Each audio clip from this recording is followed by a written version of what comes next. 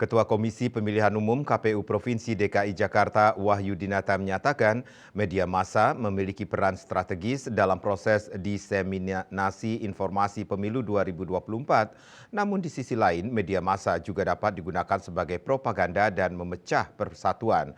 Untuk itu, Wahyu menghimbau agar media massa tetap mengedepankan kode etik jurnalistik dalam proses produksi berita pemilu 2024.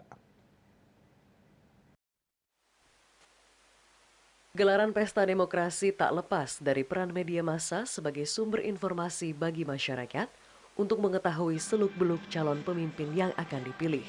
Di tengah era disrupsi digital, tak hanya sebagai sumber informasi, media massa juga berpotensi menimbulkan disintegrasi dan penyebaran berita bohong.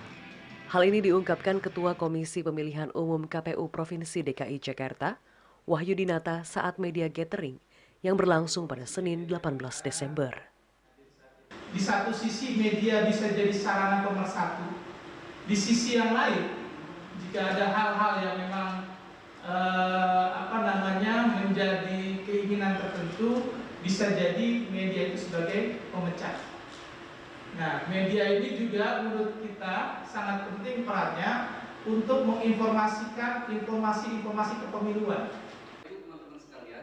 Sementara pakar komunikasi politik UIN Syarif Hidayatullah, Gun-Gun Herianto menyebut, media massa dapat dimanfaatkan sebagai wadah pertarungan gagasan bagi masing-masing paslon.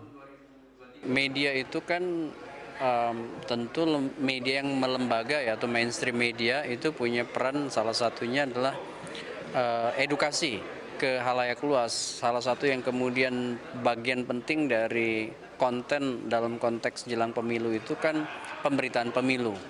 Maka pemberitaan pemilu karena punya potensi untuk mengkonstruksi realitas tadi ya, kemudian juga mendinamisasi opini publik, kemudian juga bagaimanapun media bisa menjadi arena pertarungan wacana.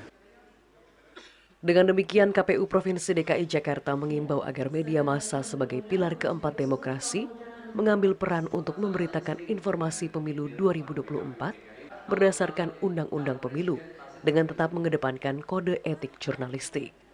Penyebaran berita bohong terkait pemilu 2024 yang berpotensi menimbulkan perpecahan akan ditindak berdasarkan Undang-Undang Nomor 19 Tahun 2016 dengan ancaman hukuman penjara paling lama 6 tahun atau denda maksimal 1 miliar rupiah.